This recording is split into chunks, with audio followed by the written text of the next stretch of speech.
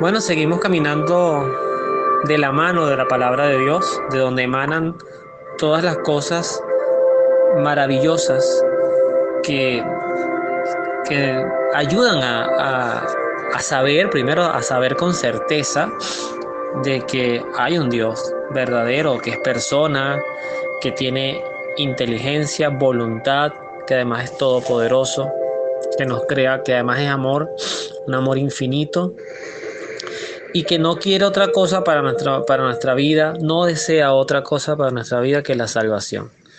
La salvación ha de ser tan importante que hasta envió a su único hijo para que a través de él, con su vida, con su ejemplo, y también, como diría el profeta Isaías, recibiendo él el castigo que no merecía por nuestros pecados, se nos abriera nuevamente la posibilidad de un cielo y de una salvación.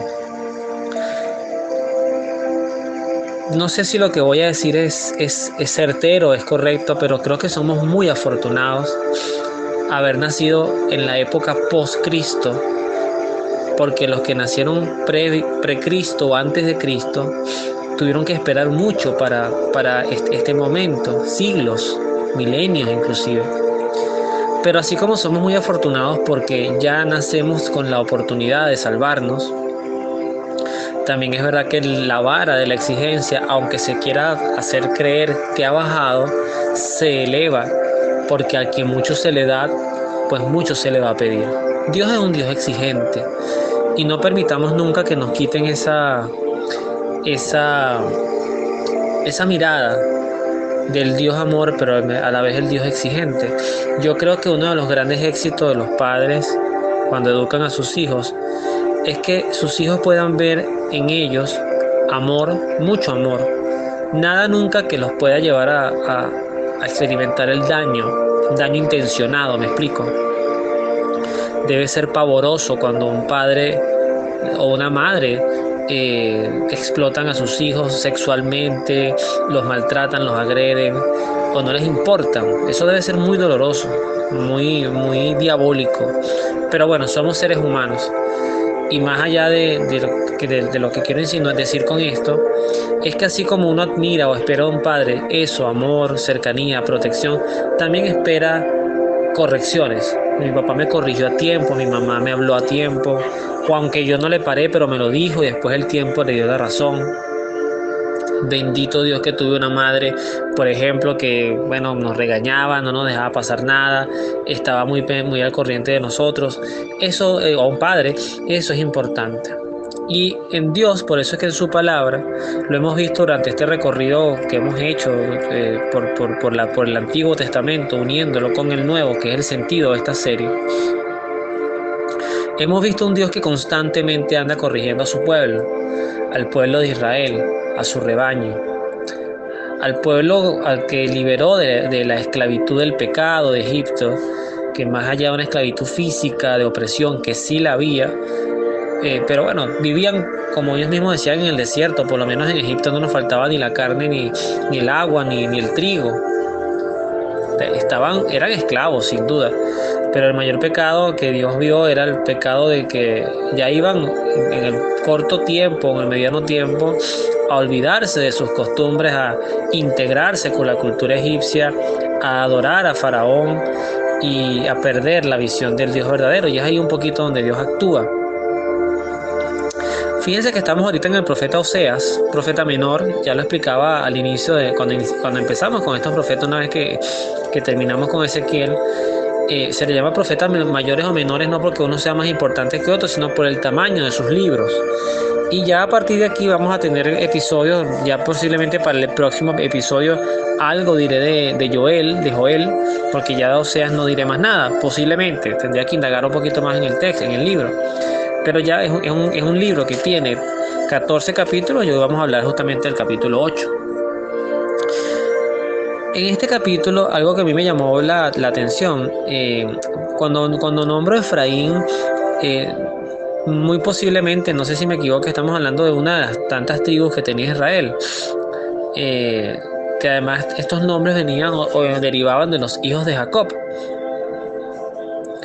Pero El texto que vamos a ver hoy del capítulo 8, versículo 11 hasta el versículo 14, dice así: Efraín, refiriéndose pues seguramente a una sociedad, a un poblado, a un grupo de personas, multiplicó los altares. Fíjense ustedes, esta acción que a mí me llama, ya vamos a hacer una pequeña reflexión, o voy a contarles una pequeña anécdota de mi vida sobre este tema de multiplicar los altares.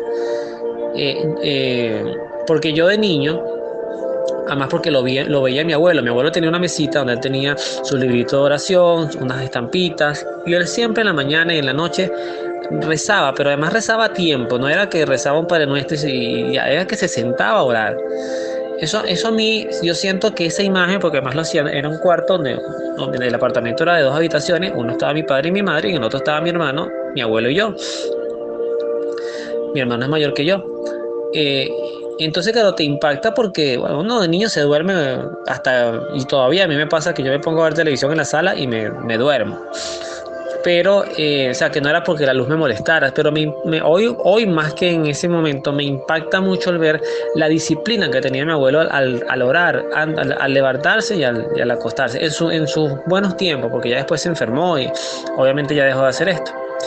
Entonces yo también de niño, en la litera donde yo dormía, en la parte de arriba, yo me hice un altar. Y ese altar yo lo llené de estampitas, pero no tienen idea, de cantidad de santos y santas. Y tenía luz, inclusive yo le prendía una luz. Y como a mí me daba miedo la oscuridad, yo me apoyaba mucho en esas imágenes. Tenía de la Virgen, tenía crucifijos y tenía de todo tipo de santos católicos. Eso sí, ahí no había nada que no fuera católico. Entonces mi altar, como dice este texto, se iba multiplicando, no tanto en altares, pero sí en imágenes. En ningún momento yo desvirtué mi relación con Dios, o sea, ninguno de esas imágenes o santos se convirtió en un Dios para mí, pero sí exacerbó en mí algo que era como que a todo yo le tenía que tener como un protector, alguien encargado. Esto pasaba mucho en la fe, por ejemplo, en los dioses egipcios o griegos, había un dios para cada cosa. Entonces, por ejemplo, yo a Dios lo involucraba en mi vida, en la oración, en la protección. Pero cuando yo me sentaba a ver un juego de Caracas Magallanes en la Liga Venezolana de Béisbol Profesional, yo agarraba un muñequito yo tuve, eso fue todo mi niño Jesús, los muñecos de He-Man, no sé si alguno se acordará de esa serie. Entonces estaba Orco, He-Man, Tila, Skeletor, etc. Pero Orco era un muñequito que era como un fantasmita moradito. Él no tenía piernas, él siempre como que flotaba y tenía sus bracitos, y entonces yo lo colocaba encima del televisor y le coloqué como con tirro la palabra leones, y él se convertía entonces en otro dios, el dios que le daba suerte a los leones. Y después yo agarraba las imágenes, yo también creo que esto lo conté hace mucho tiempo, no sé si en esta serie, pero yo tenía un Cristo, una imagen de San Miguel y una imagen de la Virgen colgada siempre en mi cuello con una cadena. Y yo sentía que cuando yo me llevaba a esas imágenes, yo me estaba llevando a Dios conmigo. Yo estaba protegido. No es mentira decir que esos tipos de sacramentales bendecidos tienen una protección importante espiritual. Pero un día fui a jugar al Parque de los Caobos, acá en Caracas, y se me perdió la imagen. Inmediatamente yo aprendí que Dios no dependía de esa imagen para protegerme. O sea que yo me había convertido en muy diríamos, tomando este texto, había multiplicado mucho mis altares. Pero, y aquí continúo leyendo, pero estos solo le han servido para pecar. Fíjense ustedes esto importante, por eso lo contextualicé. Aunque escribiera mis preceptos para él, los consideraría como cosas sin importancia. Entonces pregunta el Señor acá: ¿acaso quieren ofrecer sacrificios? Pues que los ofrezcan y que se coman la carne. Pero Yahvé no se siente agradecido por ellos, pues se está acordando de su falta. Va a castigar sus pecados y los va a mandar nuevamente a Egipto. Israel se ha olvidado de su Creador y construye palacios. Judá, por su parte, multiplica las ciudades fortificadas, pero yo prenderé fuego a sus ciudades e incendiaré sus castillos. Es palabra de Dios, te alabamos, Señor. Cuando Dios habla de Israel y de Judá, yo no entendía esto hasta que por fin pude comprender, me dediqué a profundizar y a escuchar a quienes lo explicaban muy bien por qué se hablaba de Israel y de Judá por separado. Era porque, bueno, hubo efectivamente una división en el reino del norte, el reino del sur, de ahí vienen las enemistades entre judíos y samaritanos. Y prácticamente la única tribu que quedó en el sur fue la tribu de Judá, que es la que compartía el linaje de David. De ahí viene José y viene toda la promesa del Mesías. Pero fíjense que al final las consecuencias son las mismas. Primero se desterró Israel, el del norte, fueron los asirios, muy crueles, un destierro terrible. Y luego vino el destierro de los caldeos, de los babilonios, en el sur, que no haya sido menos terrible, pero por lo menos les permitió a ellos permanecer juntos como comunidad. Eso fue muy importante para el tema de la identidad. Dios tenía todo, dentro de todas estas tragedias, todo controlado. Pero ¿qué podemos rescatar de esta lectura inicial? Bueno, primero, que nada hacemos nosotros en este tiempo de Cuaresma, en ayunar, ir a misa los domingos, visitar al Nazareno de San Pablo en Semana Santa, pues lo contextualizo para Venezuela, pero cada país tendrá sus devociones. Nada hacemos con cumplir con la visita a los 7 templos, ir a visitar al Santísimo, si en el fondo seguimos siendo los mismos. Yo conocí muchas personas y conozco muchas personas que no van a misa nunca, que no crecen espiritualmente año tras año, más bien lo que hacen es estancarse o inclusive decrecer, o sea, bajar. Pero en periodos dicen la Semana Santa es para Dios. No, eso no es lo que Dios quiere. Por eso yo coloco en la imagen la pregunta es si ponemos pan y circo, pero para Dios. O sea, como que a Dios hay que entretenerlo, como que Dios fuera ese perrito que tú tienes todo el día encerrado, o no piensas en él, pues porque está encerrado, pero cuando llegas en la noche tú piensas que bajándolo y lanzándole 10 pelotas y brincando con un ratico, él se va a sentir feliz. El perro posiblemente sí. Yo tuve un perro y por eso pongo este ejemplo, porque yo hacía un momento que me quedé solo con él y yo hacía esto, él pasaba todo el día solo y en la noche yo bajaba y jugaba con él un rato y él me quería. Pero Dios no es así, o sea, Dios merece más que eso. Dios merece, y tú lo sabes, yo también lo sé, Dios merece más que eso, más que ritos, más que hay que hacerlo, pero el rito tiene que ayudarte a fortalecer otros aspectos de tu vida. Por ejemplo, voy a contar una anécdota que he escuchado este año. La gente se cruza con el tema del ayuno los viernes en Cuaresma. No, que no como carne o que no desayuno. Y a veces puedes programar una actividad, de repente te acuerdas, cónchale, pero es que ese viernes no se debe comer carne. Bueno, sí, pero ¿qué ocurre si, por ejemplo, el viernes comes carne, pero entonces no comes carne el jueves? ¿O qué ocurre si en vez de hablar de comida, ayunas de cigarro, de pornografía, de infidelidad? Pero además cuando ayunas es porque estás luchando para derrotar algo que en el fondo sabes que tienes que dejar. Eso es distinto, eso es una batalla más elevada que encasillarnos en cosas que son muy triviales. No sé si me explico o si lo que estoy diciendo sea acertado, pero son cosas triviales. O sea, eso, mire, no es lo mismo perder la vida. Hay un testimonio que contaba María Sima, una señora que no es santa ni tienen por qué creer en lo que voy a decir, pero ella veía almas del purgatorio. Y ella tuvo un acompañamiento eclesial de obispo, y bueno, sus escritos están allí. Y si usted coloca en Google María Sima, hay videos y audios de ella traducidos, por supuesto, hablando de los testimonios de cómo se le aparecían almas del purgatorio, lo que éstas le decían. Y había un alma que ella no era para nada creyente, no iba a misa, pero un día vio un incendio y él, bueno, dejó todo lo que tenía, entró en la casa, salvó una vida, pero él muere en el incendio. Él logra salvar una vida, pero él muere en el incendio. Entonces, él estaba en el purgatorio y además muy próximo a elevarse al cielo. Y él recordaba lo que creo que dice San Pablo, que los actos de amor y caridad perdonan pecados. Entonces, eso es una vida en acción. Hay gente que efectivamente ha sido muy buena en generosidad. Hoy justamente conversaba con una señora y me decía eso, que ha habido políticos que lo que han usado es a los pobres para crearse imagen, lo que se llama la demagogia. Oye, que si hubiese gente que hiciera el bien, pero porque realmente quiere hacerlo, sin que le tomen fotos, eso tiene un nivel importante para tu propia vida.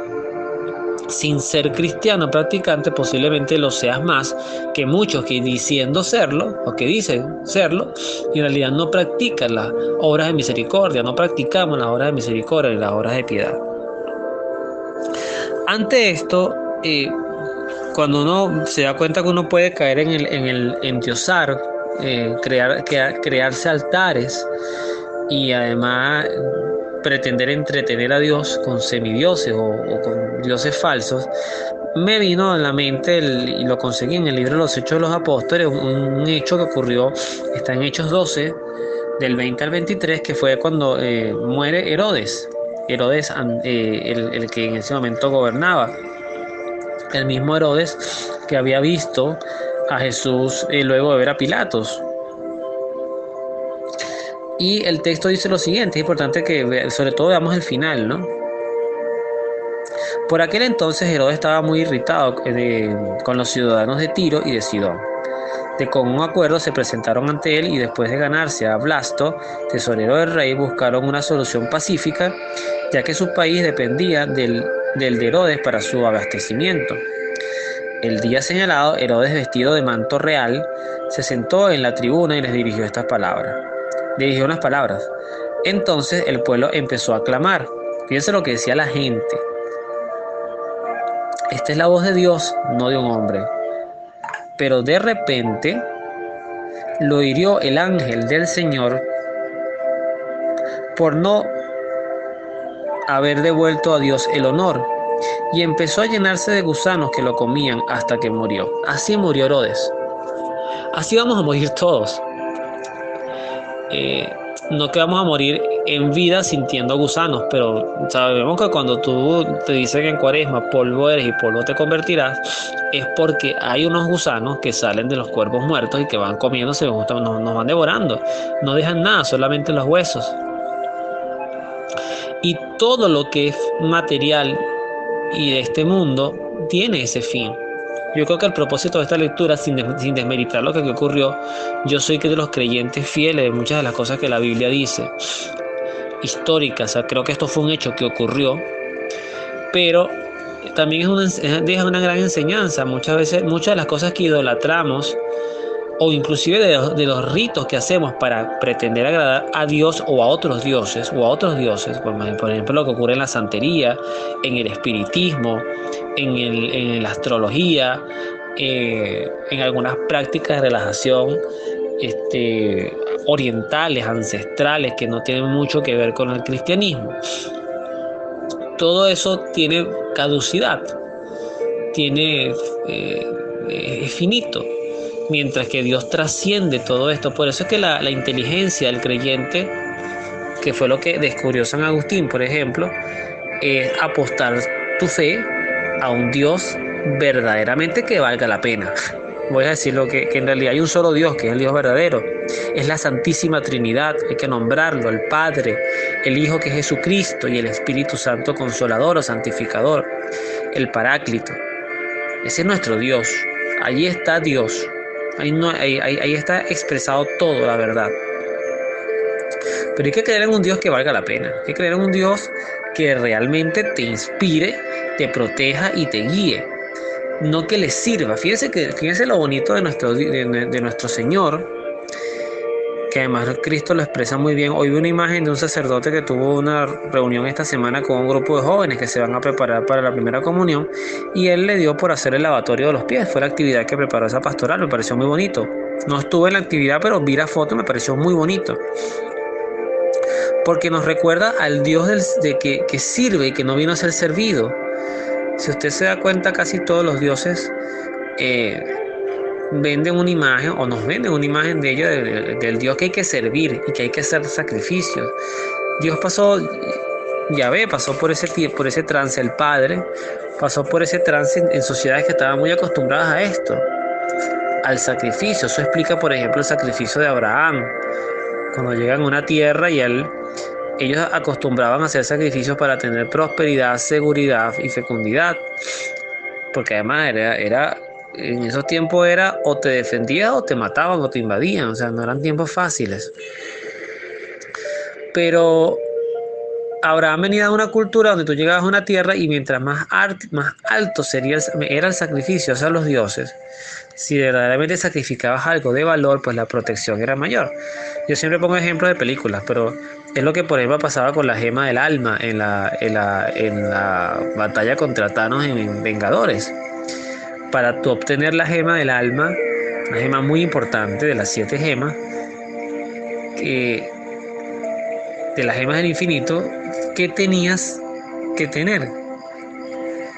O sea, ¿qué tenías que sacrificar? Algo, si quieres o sea, tú obtener la gema del alma, tenías que dar un alma. Y un alma que amaras, además. Ando con la duda si eran 7, creo que eran 6 gemas del infinito, no 7. Entonces, por eso que ando con la duda. Pero, entonces todo el que obtenía la gema, pues mataba a una hija, a un esposo o a un padre para obtener la gema. Eso es morboso si se ponen a ver. O sea, Dios pudiera decir en esa línea, bueno, el que quiera entrar al cielo tiene que sacrificar no sé qué cosa para honrar a mi hijo que fue el que dio la vida por ustedes, porque además ninguno de ustedes ha sido verdaderamente agradecidos o conscientes de este sacrificio. Pero no es ese el lenguaje de Dios, ni es el lenguaje de Cristo. Por eso es que de Cristo se habla de un amor de gratuidad y no un amor de transacción.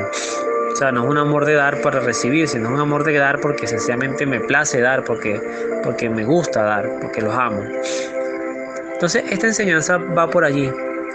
Vamos a dejar quizás la invitación que yo particularmente haría en este tiempo de Cuaresma, pero para toda la vida de aquí en adelante. Vamos a dejar de buscar entretener a Dios y de restregarle en su cara las cosas que hacemos por Él. Y vamos a empezar a ver qué tenemos que hacer nosotros para ser mejores personas y para estar más acordes al molde, para poder encajar en el molde de santidad que fue hecho para nosotros y que solamente encajamos nosotros, pero tenemos que quitarnos algunas cosas que nos impiden entrar en él, llamadas sencillamente pecados. Así que hay camino.